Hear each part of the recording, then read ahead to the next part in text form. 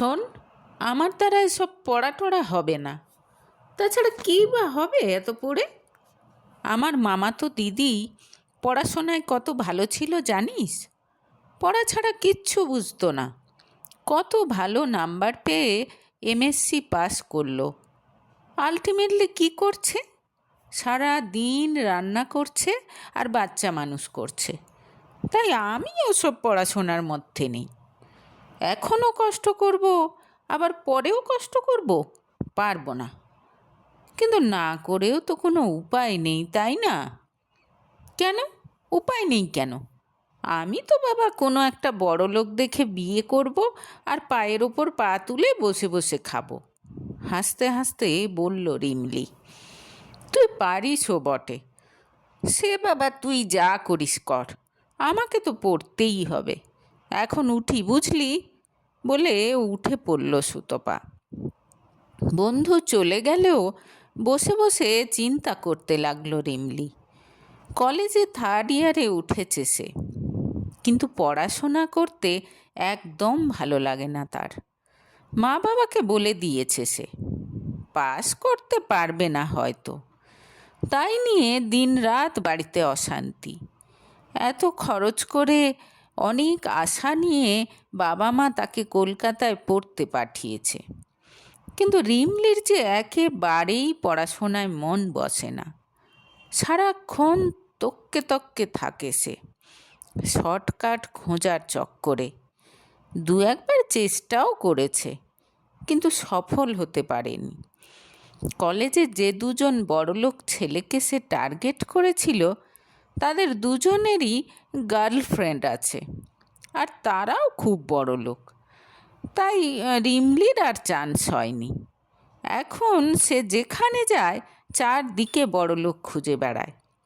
কোনো বড়লোক ছেলে দেখলেই তাকে পটিয়ে ফেলবে। সে জানে সে সুন্দরী, সুতরাং হয়তো খুব একটা অসুবিধে হবে না।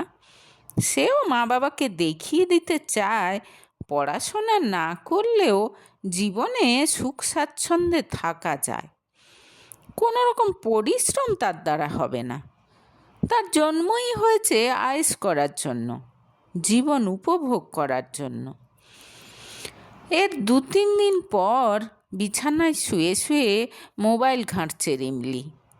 এমন সময় দেখল রুমমেট মধুরিমা খুব সেজেগুজে তৈরি হচ্ছে কোথাও যাওয়ার জন্য।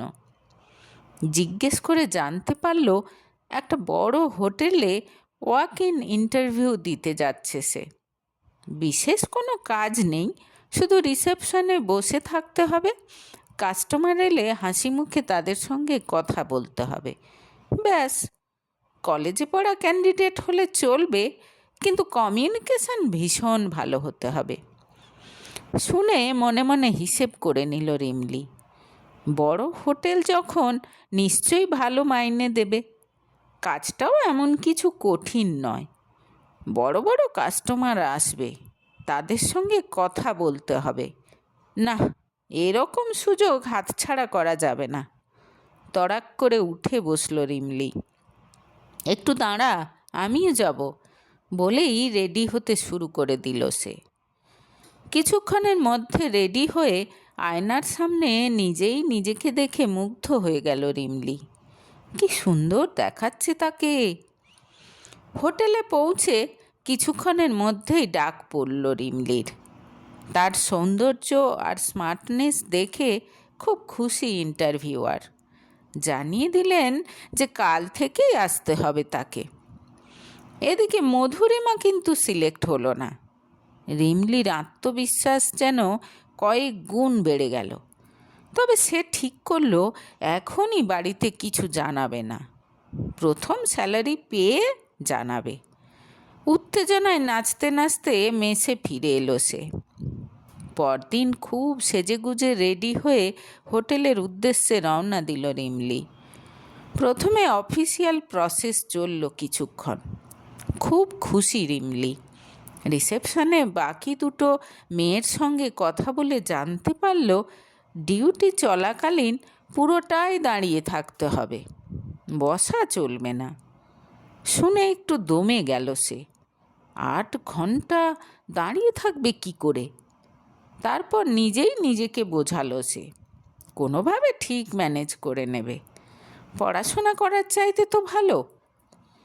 1 মাস ধরে এবার ট্রেনিং চলল রিমলির। কিভাবে কথা বলবে, কি বলবে, কিভাবে হাঁটাচলা করবে, সব কিছু শেখানো হলো। যদিও ট্রেনিং করতে বিরক্তি লাগে তার, তবু চুপচাপ থাকলো সে। এটুকু না করলে তো চলবে না। তাছাড়া এই গ্রুমিংটা ভবিষ্যতে বড় বড় লোকের সঙ্গে ওঠা বসা করতে কাজে লাগবে তার। প্রথম দিন ডিউটি করতে গিয়ে সত্যিই বেশ বিপাকে পড়ল রিমলি। এতক্ষণ দাঁড়িয়ে থাকা বেশ কষ্টকর। মনে মনে খুব বিরক্ত হলো সে কোনো কষ্ট করতে পারবে না। তাড়াতাড়ি নিজের উদ্দেশ্য সিদ্ধি করতে হবে বুঝতে পারল সে। প্রথম 2 দিন বেশ কষ্টে কাটল রিমলির। সেরকম কাউকে দেখতেও পেল না। 3 দিনের দিন একজন মাঝবয়সী ভদ্রলোক এলেন, যাকে দেখে সব স্টাফেরাই হাসি মুখে সেলাম ঠুকল। রিমলি জানতে পারল ইনি প্রায়ই এই হোটেলে আসেন। বিশাল বড় লোক, বিভিন্ন জায়গায় বিজনেস এনার। প্রতিবার যাওয়ার সময় সবাইকে দেদার টিপস দেন। আসলে ভদ্রলোকের নিজের বলতে কেউ নেই, স্ত্রী মারা গেছেন, তাই এখানে ওখানে 2 হাত খরচ করেন। এতটা শুনেই উৎসাহিত হয়ে উঠল রিমলি। ভদ্রলোকের বয়স 50-এর আশেপাশে। তাতে কি, চেহারার মধ্যে দারুণ একটা আভিজাত্য রয়েছে, ফিগারটাও টান টান, আর তাতেই বয়সটা ঢাকা পড়ে যাচ্ছে। রিমলি জানে এই বয়সের লোকেদের কম বয়সী মেয়েদের প্রতি প্রচণ্ড দুর্বলতা থাকে, সেটাকেই তাকে কাজে লাগাতে হবে। বিকেলে মিস্টার মজুমদার যখন বেরোচ্ছেন, তখন তাকে দেখে আবার সকলে ঘাট ঠুকল। রিমলি একটু এগিয়ে গিয়ে জিজ্ঞেস করল, কোনো অসুবিধে হচ্ছে না তো স্যার? কোনো প্রয়োজন হলে অবশ্যই বলবেন। আপনার মতো ক্লায়েন্টদের জন্য আমরা সব কিছু করতে পারি। কৌতুক ভরা দৃষ্টিতে তার দিকে তাকালেন মিস্টার মজুমদার। আজ পর্যন্ত এখানে কেউ এরকমভাবে তাকে বলেনি। সম্মতিসূচক মাথা নেড়ে বেরিয়ে গেলেন তিনি। জানিয়ে গেলেন সন্ধেবেলা ফিরে ডিনার করবেন। যে 3 দিন মিস্টার মজুমদার থাকলেন, তার দৃষ্টি আকর্ষণের নানা রকম চেষ্টা চালিয়ে গেল রিমলি। সবই খেয়াল করলেন মিস্টার মজুমদার। রিমলিকে দেখলেই চোখের কোণে হাসির ঝিলিক দেখা যায় তার। রিমলি বুঝতে পারে দৃষ্টি আকর্ষণ করতে পেরেছে সে। শেষ দিন মিস্টার মজুমদার যখন চেক আউট করছেন, সেই সময় একেবারে তার কাছে এসে নিজের স্বভাবসিদ্ধ হাসি দিয়ে রিমলি বলল, ধন্যবাদ স্যার, আশা করি ভবিষ্যতেও আমাদের আপনার সেবা করার সুযোগ দেবেন। Want a night out with me? ফিসফিস করে জিজ্ঞেস করলেন মিস্টার মজুমদার।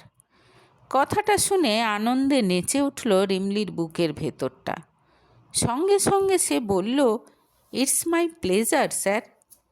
রিমলির হাতে একটা কার্ড গুজে দিয়ে চলে গেলেন মিস্টার মজুমদার। সারা শরীরে আনন্দের শিহরণ খেলে গেল এবার রিমলির। এতদিনে সফল হয়েছে সে। মিস্টার মজুমদারের মতো সাকসেসফুল রিচ বিজনেসম্যান তার সঙ্গে রাত কাটাতে চেয়েছে। এবার রিমলি তার জাদু দেখাবে। মনে মনে রঙিন কল্পনার জাল বুনতে লাগলো সে জানে বিপত্নিক মিস্টার মজুমদারকে বশ করা তার কাছে কোনো ব্যাপার না। পরদিনই ফোন করল রিমলি। তাকে সোজা তার বাড়িতে আসার প্রস্তাব দিলেন মিস্টার মজুমদার। কোথায় কখন দাঁড়াতে হবে জানিয়ে দিলেন। নির্দিষ্ট সময়ে তার গাড়ি এসে তুলে নিল রিমলিকে। এত কমফোর্টেবল গাড়িতে কোনো দিন চড়েনি রিমলি। মনটা খুব ভালো হয়ে গেল তার। যদিও বুকের মধ্যেটা একটু দুরু দুরু করছে, তবু সে জানে সে ঠিক পারবে। ঘণ্টা তিনেক জার্নির পর মিস্টার মজুমদারের বাড়ির সামনে এসে গাড়ি থেকে নামল রিমলি। চারদিক দেখে একেবারে থ হয়ে গেল সে। ছোটোখাটো একটা প্রাসাদ বললেও কম বলা হবে। সামনে বিশাল বড় বাগান, আর সেখানেই একটা মার্বেলের সুন্দর নকশা কাটা বেঞ্চে বসে তার জন্য অপেক্ষা করছেন মিস্টার মজুমদার। রিমলিকে দেখে উঠে এলেন তিনি। হাসি মুখে তাকে অভ্যর্থনা জানালেন। বাড়ির ভেতর ঢুকে রিমলি একেবারে বিহ্বল হয়ে গেল। ঠিক যেন কোনো রাজবাড়িতে এসে পড়েছে সে। বিশাল বিশাল রুম, দামি দামি ফার্নিচার, 3-4টে কাজের লোককে এদিক ওদিক ঘোরাফেরা করতে দেখল। আহ্লাদে একেবারে গদগদ হয়ে গেল রিমলি। সুন্দর কাঁচের গ্লাসে তার জন্য শরবত নিয়ে এলো এক মহিলা। শরবত খেয়ে প্রাণটা একেবারে জুড়িয়ে গেল রিমলির। এরপর পুরো বাড়িটা ঘুরিয়ে ঘুরিয়ে দেখালেন মিস্টার মজুমদার। সত্যি ঘুরে দেখার মতো বাড়ি। সব কিছু যেন স্বপ্নের মতো মনে হতে লাগলো রিমলির। রিমলির আতিথেয়তায় কোনো ত্রুটি রাখলেন না মিস্টার মজুমদার। সন্ধেবেলা ওয়াইন নিয়ে বসলেন তিনি। রিমলিকেও যোগ দিতে বললেন। এত দামি ওয়াইন কোনোদিন খায়নি সে। খুশি হয়ে হাতে গ্লাস তুলে নিল সে। কয়েক চুমুক দেওয়ার পর বেশ ভালো লাগলো রিমলির। মিস্টার মজুমদার উঠে এসে একদম তার পাশে বসলেন। হাত দিতে লাগলেন তার গায়ে। রিমলির খুব ভালো লাগলো সেই স্পর্শ। অচেনা অজানা মানুষটার কাছে নিজেকে পুরোপুরি সঁপে দিল সে। পরের দিনটাও মিস্টার মজুমদারের বাড়িতে খুব ভালো কাটল রিমলির। সে বুঝতে পারছে ভদ্রলোকেরও তাকে ভালো লেগে গেছে। তার চেয়ে অনেকটা বড় হলেও এখন আর রিমলির কিছু মনে হচ্ছে না। নিজের প্রেমিক হিসেবে এই মানুষটাকে দেখতে কোনো অসুবিধে হচ্ছে না তার। এখন তো তাদের মধ্যে ঘনিষ্ঠতাও অনেক বেড়ে গেছে। চাইলেই এবার এই সমস্ত কিছুর মালকিন হয়ে বসতে পারে সে। ঠিক যেমনটা সে চেয়েছিল সব কিছু একেবারে সেইভাবেই এগোচ্ছে।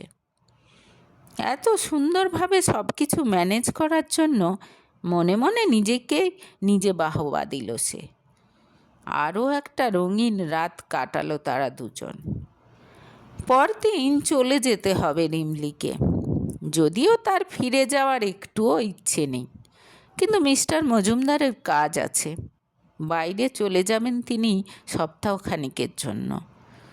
সকালে উঠে মিস্টার মজুমদারকে কোথাও দেখতে পেল না রিমলি। কাজের মেয়েকে জিজ্ঞেস করে জানতে পারল লাইব্রেরিতে আছেন তিনি। সঙ্গে সঙ্গে সেখানে চলে গেল সে। খুব মন দিয়ে কোনো একটা বই পড়ছেন মিস্টার মজুমদার। পেছন থেকে তার গলা জড়িয়ে ধরল রিমলি। আদুরে গলায় বলল, ফিরে যেতে একটুও ইচ্ছে করছে না। এই দুদিনেই যেন মনে হচ্ছে কেমন মায়া পড়ে গেছে আপনার ওপর, এই বাড়ির ওপর। রিমলির কথা শুনে একটু হাসলেন মিস্টার মজুমদার। আচ্ছা, আমি যদি এখানে থেকে যেতে চাই তো? রাখতে চান আপনি আমাকে? এবার সামনে দাঁড়িয়ে জিজ্ঞেস করল রিমলি। না না, তা কী করে হয়? তুমি এখানে কি করে থাকবে? তোমার বাড়ি আছে, বাবা মা চিন্তা করবেন। যদি আপনি আমাকে স্ত্রীর মর্যাদা দিয়ে এখানে রেখে দেন তাহলে তো আর বাবা মা চিন্তা করবে না, বলেই ফেলল বেপরোয়া রিমলি। আর সঙ্গে সঙ্গে অট্টহাসি দিয়ে উঠলেন মিস্টার মজুমদার। সেই হাসি যেন রিমলির বুকের মধ্যে একেবারে করাত চালিয়ে দিল। বামুন হয়ে চাঁদে হাত বাড়াতে যাওয়া ঠিক নয় মিস মিত্র। তাচ্ছিল্যের সুর স্পষ্ট হলো মজুমদারের গলায়। আপনি এই বাড়ির গেস্ট হয়ে এসেছেন, এটাই আপনার 14 পুরুষের ভাগ্য, এতেই সন্তুষ্ট থাকুন। চোখ ছোট করে রিমলিকে দেখতে দেখতে বললেন তিনি।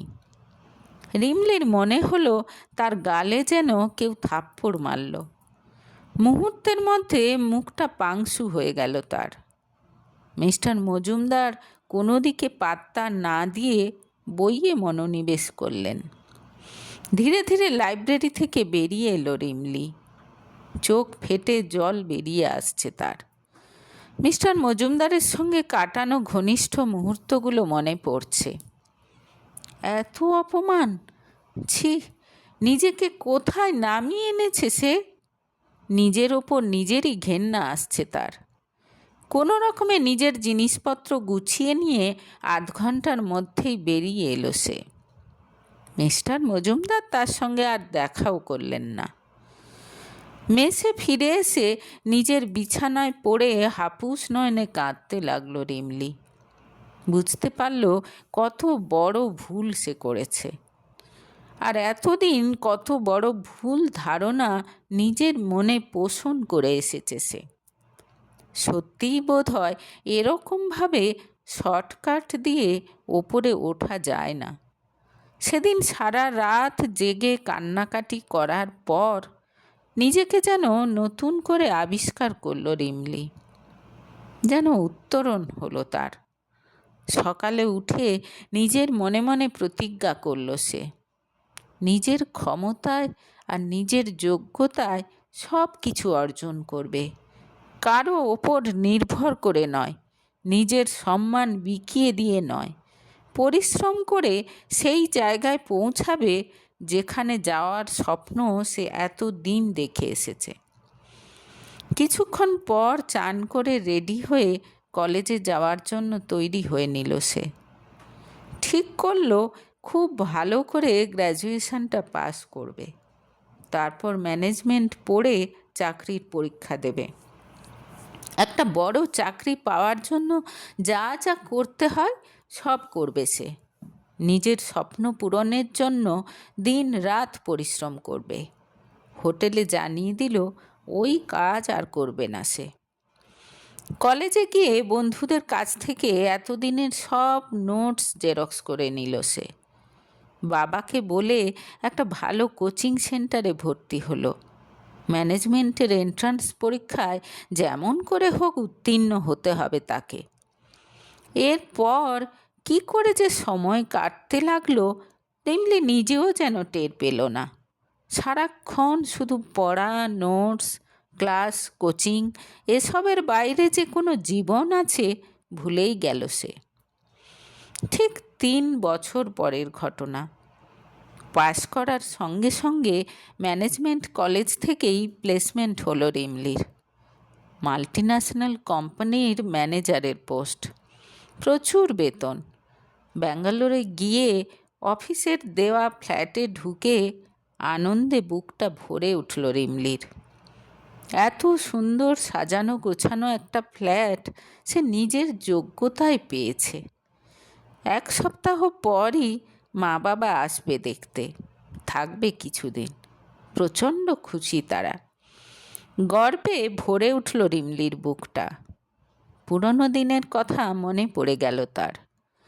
কিভাবে নিজেকে নরকের পথে ঠেলে দিতে যাচ্ছিল সে। কিন্তু আজ আর মনের মধ্যে কোনো গ্লানি রাখতে চায় না সে। সব কিছুই তার জন্য শিক্ষা ছিল। ওরকমভাবে ধাক্কা না খেলে তো কোনো দিন এই জীবনে উত্তরণ ঘটতো না তার।